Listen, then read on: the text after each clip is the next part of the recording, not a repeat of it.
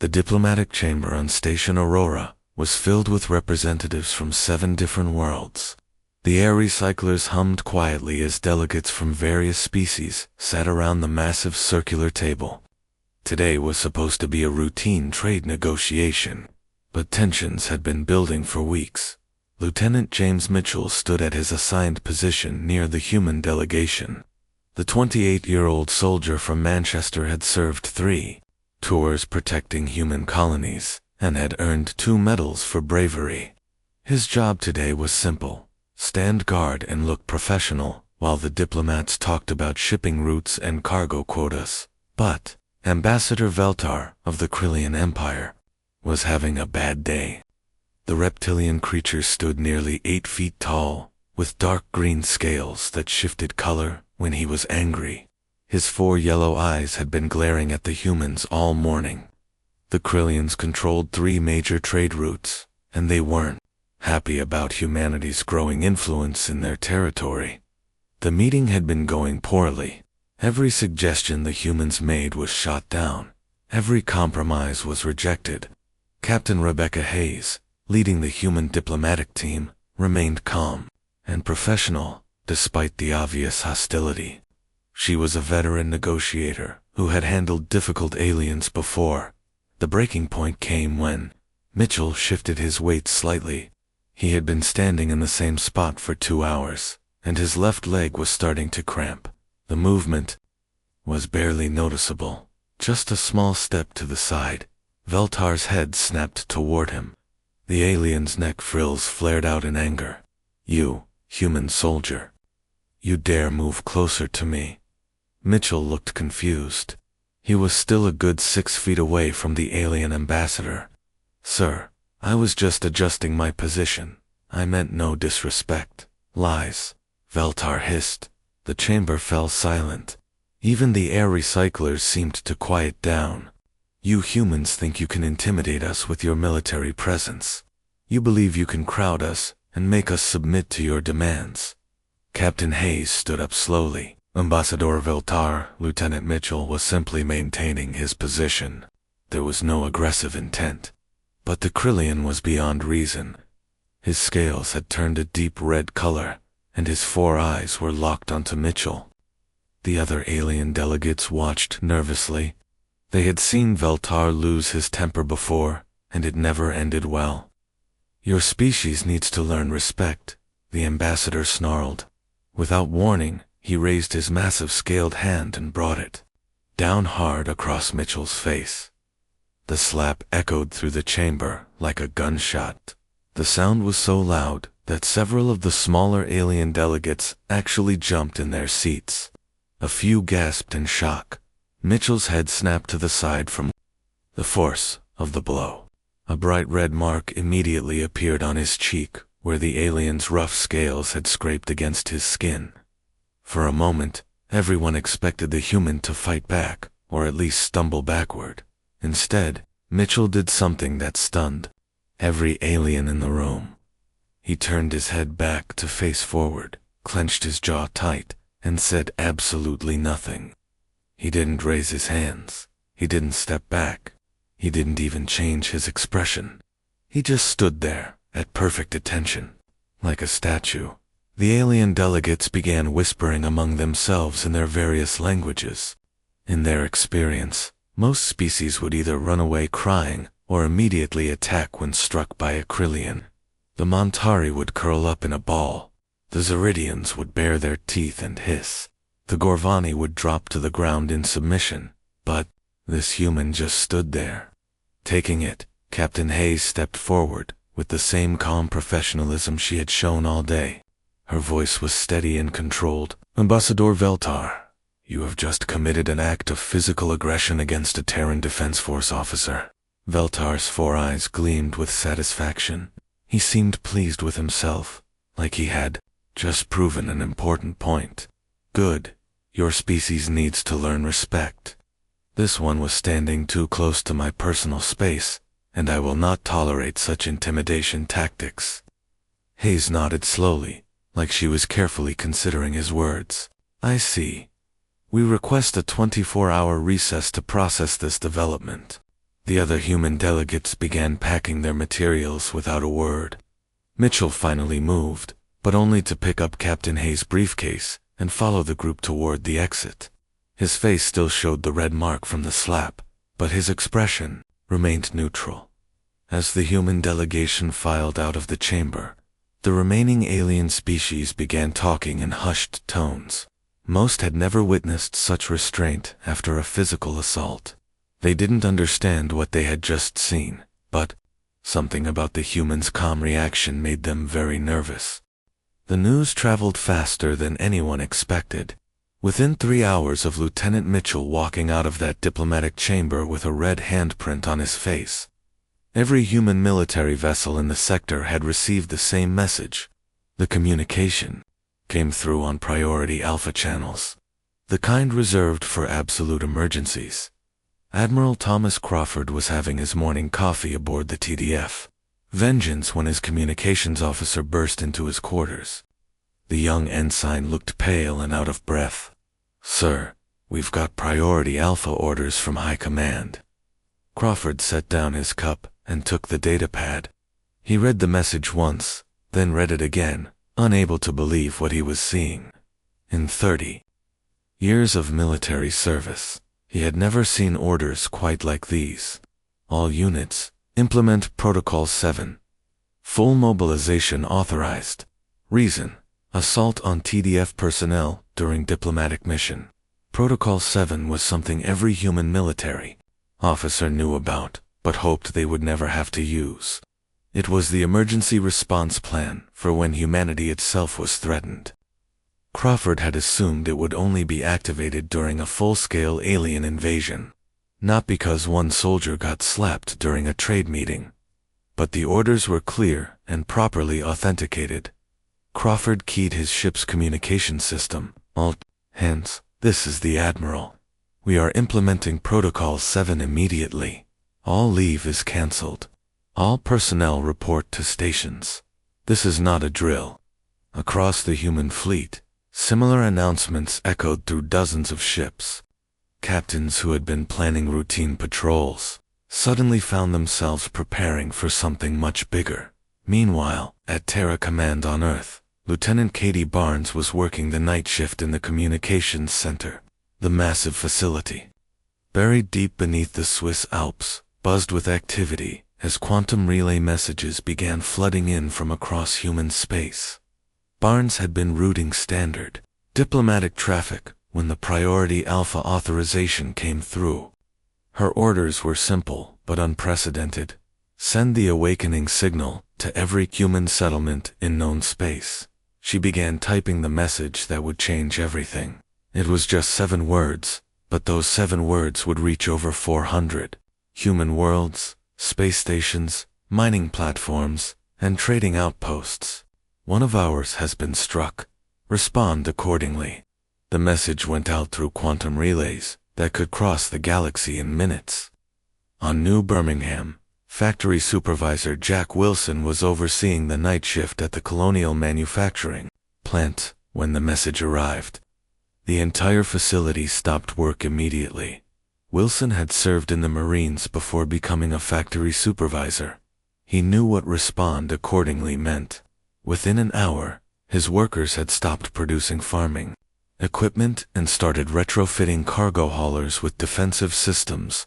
Civilian transport ships were being fitted with military-grade shields and weapons mounts. "We're not soldiers anymore," Wilson told his crew as they worked through the night. "But nobody touches our people and gets away with it." Similar scenes were playing out across human space. In the asteroid belt, mining crews received a message while they were blasting apart space rocks for precious metals. Foreman Bill Harrison read it aloud to his team over the COM system. Without hesitation, the miners began moving their industrial equipment toward strategic positions. Rock-cutting lasers could be just as effective against alien ships as they were against asteroids. Mining explosives could be repurposed as weapons. Even the massive ore haulers could serve as ramming vessels if needed. On the trade route between Earth and the outer colonies, Merchant Captain Robert Taylor was halfway through a routine cargo run when the message reached him. His ship was loaded, with medical supplies bound for a colony world, but Taylor didn't hesitate. He changed course immediately, heading toward the coordinates that were being broadcast on secure channels. Taylor had never been in the military, but his brother had died defending a human colony from raiders 5 years ago. The idea of someone laying hands on a human soldier made his blood boil. All across human space, the response was the same. Civilians dropped what they were doing to help. Retired military officers came out of retirement. Factory workers became weapon manufacturers. Miners became artillery crews. Merchant captains became supply runners for what was shaping up to be the largest mobilization in human history. The Krillian monitoring stations picked up the increased communication traffic, but their analysts weren't too concerned. To them, it looked like typical human bureaucracy responding to a minor diplomatic incident. They assumed the humans were filing paperwork and sending angry messages to their government officials. The Krillians had no idea what they had just unleashed. They didn't understand that attacking one human meant declaring war on all of humanity. They couldn't comprehend that the greatest strength of the human race wasn't their advanced weapons or their strategic thinking. It was something much simpler and far more dangerous. It was their absolute refusal to abandon each other. Ambassador Veltar's personal quarters aboard the Krillian flagship were designed for comfort. The temperature was kept at exactly the right level for his cold-blooded physiology, and the walls displayed calming images of his homeworld's purple. Caesar had gone to sleep the night before, feeling quite satisfied with himself. Teaching that human soldier a lesson had been deeply satisfying. But when his aide brought him his morning briefing, that satisfaction quickly turned to confusion. "Sir, we're receiving some unusual reports," the younger Krillian said nervously. His scales were showing stress patterns, shifting from green to yellow around the edges. Veltar took the datapad and began reading. The first report was from their trade monitoring station. Human cargo ships that had been following regular shipping routes for years had simply vanished overnight. Not destroyed, not attacked, just gone. They had turned around and headed back to human space without explanation. The second report was even more puzzling. Human medical supply ships that were supposed to deliver critical isotopes to several alien worlds had sent messages saying their cargo was delayed indefinitely. No reason given, no timeline for when deliveries might resume. Veltar's 4 eyes narrowed as he read through more reports. Human food shipments to 3 different star systems had been mysteriously rerouted. Replacement parts for alien machinery that were manufactured in human factories were suddenly unavailable. Even human passenger ships carrying alien tourists had turned around mid-journey. "This makes no sense," Veltar muttered. "It's just trade goods. Why would they care so much about one soldier?" His confusion deepened when his communication system started buzzing with incoming calls. The first was from Ambassador Zekmai of the Zeridian Republic. The insectoid creature's compound eyes were glowing with panic when his image appeared on the screen. "Veltar, what have you done?" Zekmai's voice was high-pitched with stress. "Our people are dying. The humans provided 60% of our medical isotopes. They've cut us off completely." Before Veltar could respond, another call came in from the Montari delegation. Ambassador Threx looked even more desperate than the Zeridian. "The humans manufacture the air filters for our atmospheric processors," Threx said, his 6 arms gesturing wildly. "Without replacement parts, our colonies will become uninhabitable within days. They're not answering our calls." The calls kept coming. The Gorvani were in panic because their food shipments from human agricultural worlds had been diverted.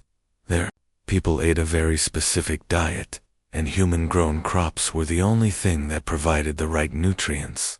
Without them, mass starvation was a real possibility. The Vexari were facing a different crisis. Human-made computer components powered their entire communication network. When those parts broke down, which happened regularly, they needed immediate replacements. Now the human factories were refusing all orders. By midday, Veltar had received Distress calls from over 20 different species.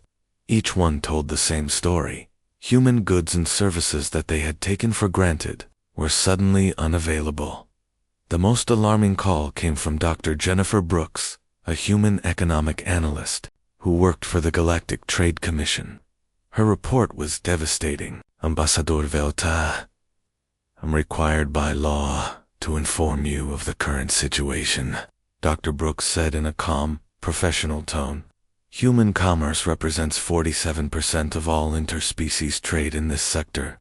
Their complete withdrawal from trade activities will collapse 17 planetary economies within one standard week. She continued reading from her datapad. Human medical supplies keep 12 different species alive. Human food production feeds over 2 billion non-human citizens. Human manufacturing provides critical components for life support systems across 43 worlds. The numbers were staggering. Humanity had quietly become the backbone of galactic commerce. They weren't the biggest military power or the oldest civilization, but they were everywhere. Human ships carried cargo between worlds that couldn't transport goods themselves. Human factories produced the spare parts that kept alien technology running. Human doctors had trained alien physicians in medical techniques. Dr. Brooks finished her report with a simple statement. The humans aren't just withdrawing their military, they're withdrawing everything. Veltar stared at the report spread across his desk. This was impossible. One slap couldn't cause this kind of reaction. It was just one human soldier, not even an important one. How could an entire civilization care so much about a single individual? His aide brought him more bad news. Sir, we're also receiving reports that human tourists are leaving alien worlds. Human students are withdrawing from alien universities. Even human employees working for alien companies are resigning and going home. It wasn't just trade and commerce. Humans were pulling back from every aspect of galactic society. They were isolating themselves completely and taking their contributions with them. Despite the mounting evidence of economic disaster, Veltar remained defiant. His pride wouldn't allow him to admit he had made a mistake. Let them throw their tantrum, he told his aide, puffing out his chest. This proves that humans are emotionally unstable and unfit for civilized society. They're acting like children who didn't get their way. But even as he spoke those words, Veltar couldn't shake the feeling that he was missing something important. The human reaction wasn't random or emotional. It was too coordinated, too complete. Every human in the galaxy had received the same message and responded in exactly the same way. That kind of unity was terrifying. The Krillian home system had been peaceful for over 2 centuries. Their early warning sensor network was more of a formality than a necessity, maintained by a skeleton crew who spent most of their time dealing with routine merchant traffic, and the occasional asteroid. Senior operator Kextal was halfway through his morning meal when every alarm in the monitoring station started screaming at once. His scales immediately shifted to an alarmed orange color as he dropped his food and rushed to his console. The readings made no sense. His instruments were detecting massive gravitational distortions at the edge of the system, the kind that happened when ships dropped out of hyperspace. But the numbers were impossible. Dozens of contacts, then hundreds. Sir, I'm reading multiple hyperspace exits, he called to his supervisor. Large formations incoming. His supervisor, an older Krillian named Velkash, slithered over to look at the displays. His 4 eyes widened in disbelief. That can't be right. Check your equipment. But the sensors weren't malfunctioning. Over 300 ships had just appeared at the edge of Krillian space, and more were arriving every minute. They weren't coming in scattered groups like normal merchant traffic. They were arriving in perfect formation, like a military invasion force. Kextal began analyzing the sensor data more carefully. What he found was even more confusing. Sir, these aren't all military vessels. I'm detecting cargo haulers, mining, ships, even what looks like passenger liners. The fleet was unlike anything the Krillians had ever seen. At the center were proper warships, sleek human destroyers and cruisers bristling with weapons, but surrounding them were converted civilian vessels of every description. Cargo ships that now mounted missile pods on their hulls, mining barges that had replaced their or processing equipment with military-grade shields and weapons. Even luxury passenger liners that someone had hastily fitted with defensive systems. The modifications were crude but effective. Mining lasers, designed to cut through asteroids, could easily slice through ship hulls. Industrial cargo loaders had been converted into missile launchers. Even the massive engines used to push cargo through space could serve as weapons. If a ship chose to ram something, Admiral Thomas Crawford stood on the bridge of his flagship, looking at the tactical display that showed the entire Krillian system spread out before him. His fleet had grown during the journey here, as more human ships joined the formation. Factory workers who had never fired a shot in anger flew alongside decorated veterans. Retired officers had come out of retirement to join the mission. Crawford opened a channel that would broadcast to every communication device in the Krillian system. His voice was calm and professional, but carried an undertone of absolute determination. Citizens of the Krillian Empire, this is Admiral Crawford of the Terran Defense Force. We are not here for conquest. We are not here to destroy your worlds or harm your people. We seek only one thing, the return of Lieutenant James Mitchell, with a formal apology for the unprovoked assault committed against him. Similar scenes were playing out across Krillian space. Every major world, every industrial facility, every military outpost found themselves surrounded by human fleets. Captain Jennifer Lee commanded a mixed group of converted cargo vessels around the Krillian industrial moon of Katavor. Her ships looked nothing like proper warships, but they outnumbered the local defense force 20-1.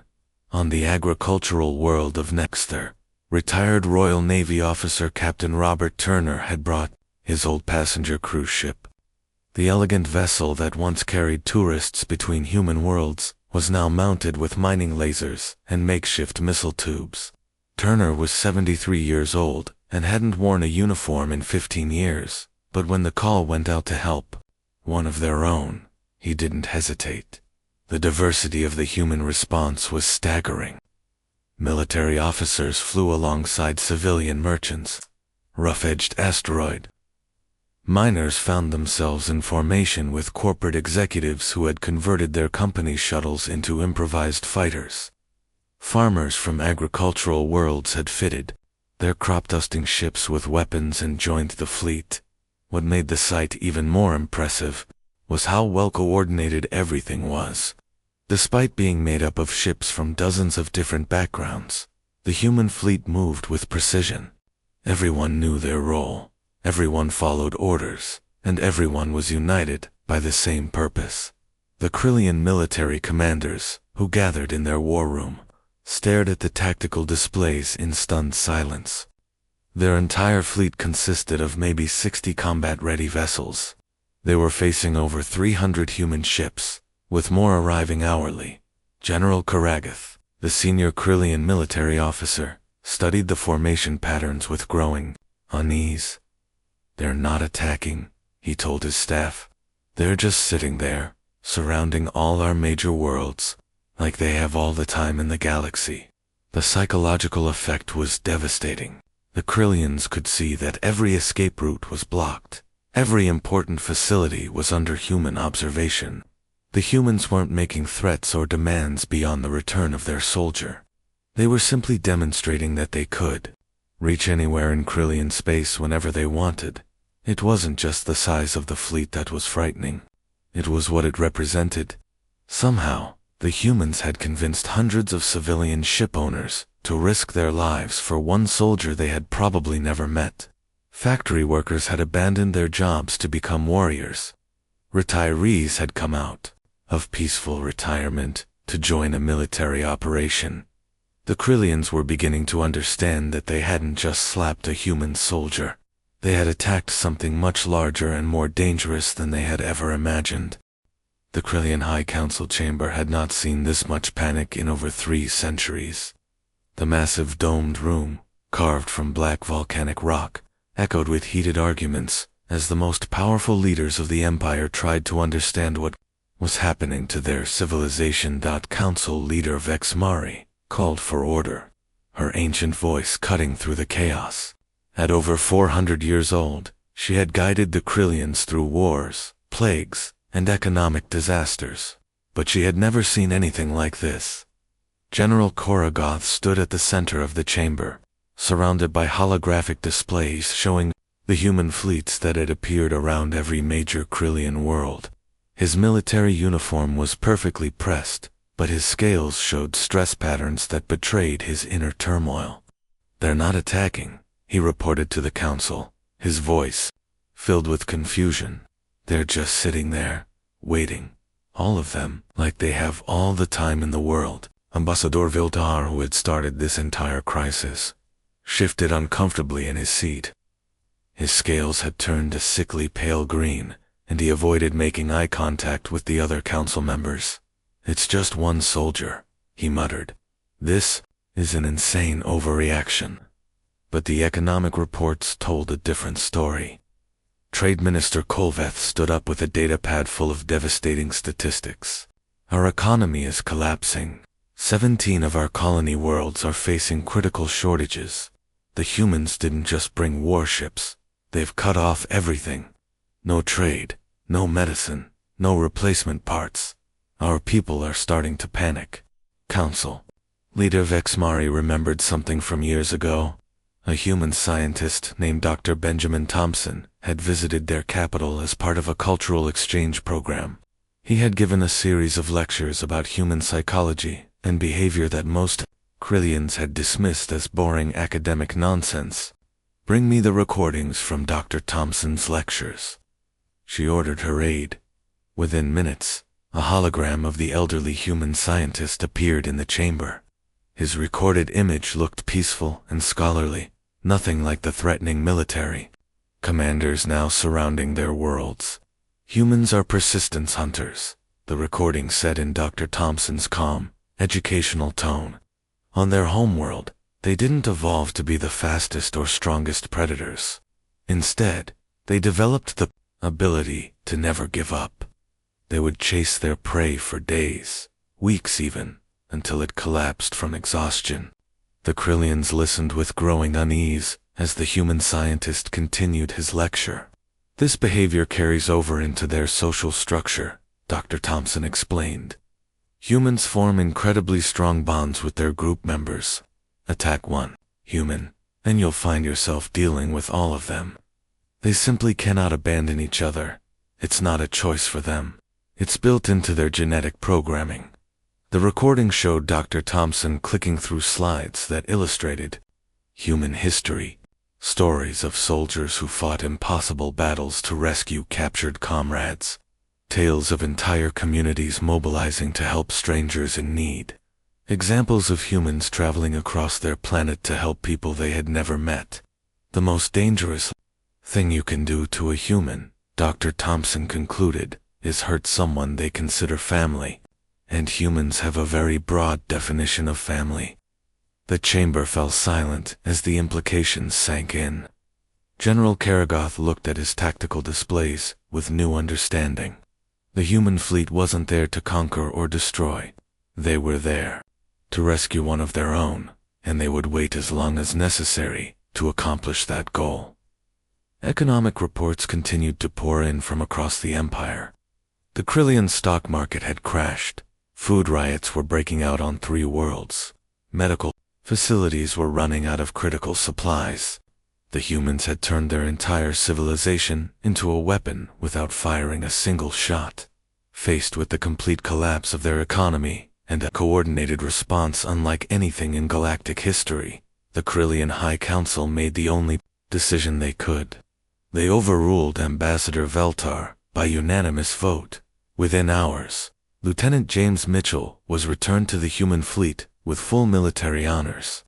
The young soldier from Manchester found himself standing on the bridge of a Krillian command ship, watching as Ambassador Veltar was forced to make a formal public apology. The apology was broadcast across all human communication networks, Veltar's words were stiff and obviously forced, but they carried the full authority of the Krillian government. The ambassador who had been so proud of striking a human soldier now looked defeated and humiliated. But the real change came in the days and weeks that followed. Other alien species across the galaxy had watched the entire crisis unfold with growing amazement. They downloaded recordings of the incident, studied the human response, and shared their analysis with anyone who would listen. The Zeridians, who had nearly faced mass death from lack of medical supplies, sent warnings to their allies. The Monteri updated their diplomatic protocols to include special protections for human personnel. Even species that had never interacted with humans began adjusting their behavior based on what they had witnessed. Captain Rebecca Hayes, who had maintained her professional composure throughout the entire crisis, filed her final report with Terran Command. Her words were simple, but carried enormous weight. "The galaxy has learned an important lesson," she wrote. "Touching one human means dealing with all of humanity. We don't abandon our own. We never have, and we never will." The phrase spread through alien communication networks faster than any news story in galactic history. Within weeks, it had been translated into over 200 languages. Diplomatic schools began teaching it as a fundamental principle of dealing with humans. Don't touch the humans. It became the galaxy's first universal truth, whispered in spaceports, taught in alien military academies, and programmed into diplomatic computers across the stars, not because humans were the most powerful species, or the most advanced, but because they had demonstrated something far more frightening. They had shown that they were willing to risk everything for each other, and in a galaxy full of species that valued individual survival above all else. That kind of unity was terrifying.